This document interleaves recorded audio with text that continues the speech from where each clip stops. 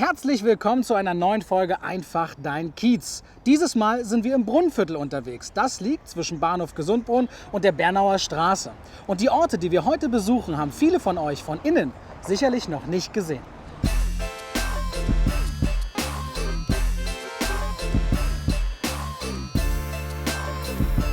Das Brunnenviertel wurde in den 60er Jahren entworfen. Der Berliner Bürgermeister hieß damals Willy Brandt und verkündete das erste Stadterneuerungsprogramm.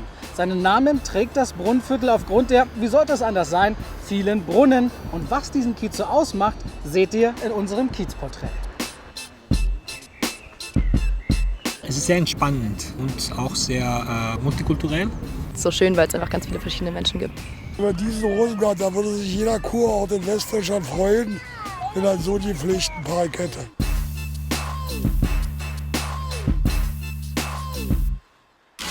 Los geht's mit unserer ersten Station. Wir stehen gerade vor einem Ort, der Wirtschaftsgeschichte geschrieben hat. Die AEG-Höfe galten im 19. Jahrhundert als Zentrum der mechanischen und elektrischen Industrie Deutschlands. Und heute? Das erfahren wir am besten von Florian Kosak, einem der beiden Gründer von Unicorn Workspaces.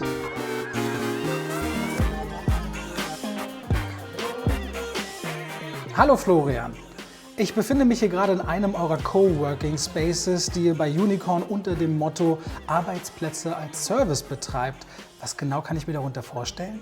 Wir können es sogar nennen Büro im Abo. Bei uns kannst du mit deinem Team ein Büro für einen Monat mieten, ein Jahr mieten oder auch länger. Also sehr, sehr flexibel und das zu einem sehr guten Preis-Leistungs-Verhältnis. Und was du hier siehst, sind quasi Teambüros von 3-4 Mann Büros bis zu 12, 20 Mann, die dort reinpassen. Also du kannst hier mit deinem Team wachsen in so einem Space. Das klingt ja ähnlich wie bei einem Handyvertrag, so ein Abo. Das heißt, ich kann einfach sagen, zum nächsten Monat brauche ich mein Büro nicht mehr? Genauso, flexibel. Von einem Monat bis 2 Jahre. Und du kannst sozusagen in dieser Zeit auch noch wachsen oder auch schrumpfen. Das ist natürlich gerade in Corona-Zeiten wichtig, weil keiner weiß, was in einem Jahr ist oder in 6 Monaten. Euch gibt es ja in Berlin schon allein an 14 Orten, soweit ich weiß, und auch hier im Brunnenkiez sogar mehrfach. Was genau zeichnet denn diesen Kiez jetzt aus, sowohl für eure Kunden als auch für euch, dass ihr sagt, okay, hier kommen wir hin, hier fühlen wir uns zu Hause? Brunnenviertel war vor 5 Jahren, als wir den ersten aufgemacht haben, noch ein Geheimtipp. Ist es jetzt immer noch so ein bisschen. Der Vorteil ist, Brunnenviertel hat günstige Mieten, ist aber ganz dicht an Mitte dran. Man braucht nur 2 U-Bahn-Stationen und ist dann schon am Alexanderplatz. Das ist natürlich super. Und das haben wir als Vorteil gesehen und haben deswegen dann hier unsere ersten Spaces aufgemacht und haben angefangen mit einem Coworking-Café und haben das dann weiterentwickelt, haben dann auch Event angeboten, also Meetingräume, Event-Space, wo große Veranstaltungen stattfinden können und haben dann aber hier mit dem AEG 1 Space 2018 den ersten Workspace entwickelt, so wie wir jetzt alle weiteren Standorte dann auch aufgezogen haben. Nämlich nicht mehr der Freelancer, der unser Kunde ist, sondern eigentlich das Team. Das Team mit 10, 20, 50 Mann, Frau kommt zu uns, mietet Büros flexibel und wächst bei uns. Jetzt will ich natürlich noch mehr über das Brunnenviertel erfahren und wen könnte man da eher fragen als eine Herausgeberin eines eigenen Magazins, nämlich Dominique Hensel, die Macherin des Brunnenmagazins.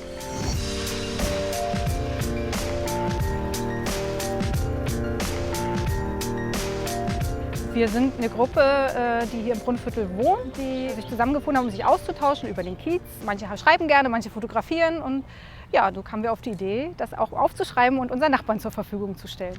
Die Themen richten sich ganz danach, was die Leute interessiert, die da mitmachen. Die bringen das mit zur Redaktionssitzung und sagen, ich habe was entdeckt in meiner Nachbarschaft und das möchte ich gerne erzählen.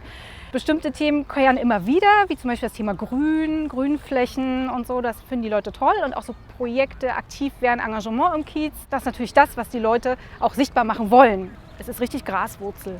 Es gibt ein gedrucktes Magazin, das glücklicherweise finanziert wird vom Quartiersmanagement und so können wir eben auch drucken in einer kleinen Auflage.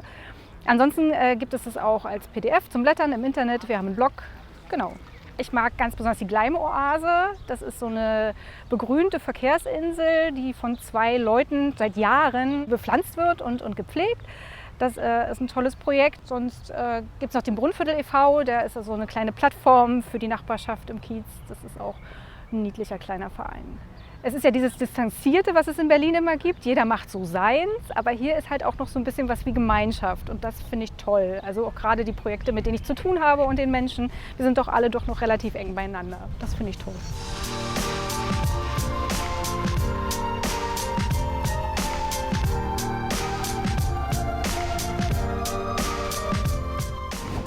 Zurück zu Florian Kosak und Unicorn. Es ist ja gerade einmal 5 Jahre her, dass eure Anfänge gar nicht so weit von hier stattfanden, in der Nähe des Rosenthaler Platz in einem Coworking-Café. Was genau ist denn jetzt der Unterschied zwischen Coworking Space und Working Space?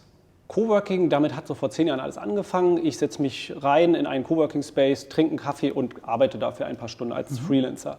Was wir machen, Workspace oder auch FlexOffice genannt, ist, dass wir wirklich ganze Teams beherbergen und das auch für mehrere Jahre, aber natürlich auch ganz flexibel monatlich. Verbindet ihr das denn mit einer, sage ich mal, nicht unbedingt übergeordneten, aber bestimmten Philosophie? Nachhaltigkeit ist eine wichtige Säule für uns. Zum Beispiel, dass wir das beste Preis-Leistungs-Verhältnis anbieten wollen im Markt. Das heißt für uns auch Nachhaltigkeit, weil nachhaltig wachsen heißt, es ist bezahlbar für Startups. So haben wir auch Unicorn gegründet. Ich selber hatte für mein Startup damals nach günstigen Büros gesucht und wollte nicht 5 Jahre unterschreiben. Von Startups für Startups, daher auch der Name Unicorn. Unicorn steht ja für Unternehmen, die irgendwann mal 1 Milliarde wert sind. In Deutschland gibt es noch nicht so viele davon und wir wollen als Unicorn helfen, Startups zu wachsen, dass sie vielleicht auch mal in diese Liga aufsteigen, was, glaube ich, für das deutsche Ökosystem sehr gut wäre. Apropos Philosophie. Im Brunnenviertel plant übrigens und baut eine buddhistische Gemeinde seit 1,5 Jahren einen neuen Tempel mit einem großen Zen-Garten. Wie es auf der Baustelle aktuell aussieht und im alten Tempel, das erfahrt ihr jetzt.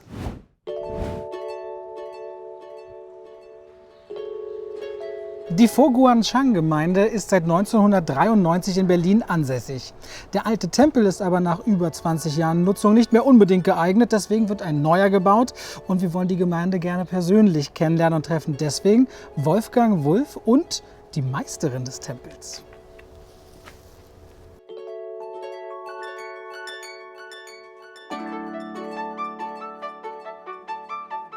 Vielen Dank, dass wir hier sein dürfen und dass Sie sich die Zeit nehmen. Guten Tag. Seit wann ist denn die Foguanshan-Gemeinde hier ansässig und wie kam es dazu? Also die Foguanshan-Gemeinde ist hier in Berlin seit 1993. Damals war sie noch zuerst in Reinickendorf, ist dann aber umgezogen hier nach Wedding. 1967 wurde Foguanshan in Taiwan gegründet und der Großmeister Sun Yun hat diese Gemeinschaft entworfen, kann man so sagen, weil er gesagt hat, wir wollen den Buddhismus etwas näher zu den Menschen bringen. Für was genau steht denn eigentlich diese Gemeinde? Diese Gemeinde steht dafür, dass wir uns nach außen hin sehr öffnen. Das heißt, wir haben sehr viele soziale Einrichtungen, insbesondere in Taiwan und den asiatischen Ländern. Das bedeutet, dass wir dort Schulen haben, Altenheime, Fernseh- und Radiostationen. Also alles, was mit dem Menschen und dem sozialen Umfeld zu tun hat. In Europa ist das nicht ganz so verbreitet, weil wir sozial recht gut abgedeckt sind in Europa. Wir haben uns als Gemeinde dem Weißen Ring als Mitglied verschrieben, um wenigstens in diesem sozialen Bereich tätig sein zu können. Nun ist es, glaube ich, so, dass in Deutschland einige mit dem Buddhismus an und für sich gar nicht so viel anzufangen wissen. Gibt es denn bestimmte Grundsätze, die die Grundlage bilden des Buddhismus? Für uns sagen wir immer diese Ursache und Bedingung und Wirkung. Das heißt zum Beispiel, wenn Sie hier kommen, das ist wieso. Sie können wahrscheinlich vom Internet oder irgendwo unseren Tempel wissen, das ist eine Ursache. Und dann machen Sie auch diesen Kontakt mit uns und dann kommen Sie. Das ist also Wirkung. Und das ist auch so schön. Und das ist auch ein Grundgedanken für den Buddhismus. Wenn es darum geht, diesen Tempel zu besuchen, habe ich denn da selbst die Möglichkeit zu oder muss ich Teil der Gemeinde sein oder kann ich hier einfach vorbeikommen und diesen Ort aufsuchen? Wie funktioniert das?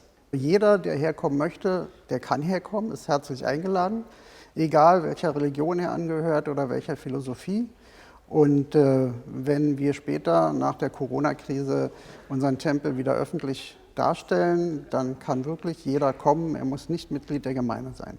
Buddhismus hat ja auch immer viel mit dem Respekt vor dem Leben zu tun, mit Geburt, Wiedergeburt, Erneuerung. Und auch dieser Tempel wird ja hier erneuert. Es wird ja gebaut.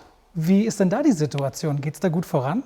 Also dieser Tempel wird neu gebaut, das ist korrekt. Die Ursache ist eigentlich, dass wir diesen Tempel als altes Gebäude übernommen haben. Altes Gebäude bedeutet eigentlich auch, dass wir sehr viele Unkosten hier hatten, insbesondere Heizkosten. Dieser Tempel war einmal der größte buddhistische Tempel in Europa. Jetzt ist es Paris. Und die Kosten sind einfach zu hoch geworden. Und dann hat man sich entschieden, alles abzureißen und diesen Tempel völlig neu zu bauen. Vielen, vielen Dank, dass wir hier sein durften. Danke, dass Sie sich die Zeit genommen haben. Danke.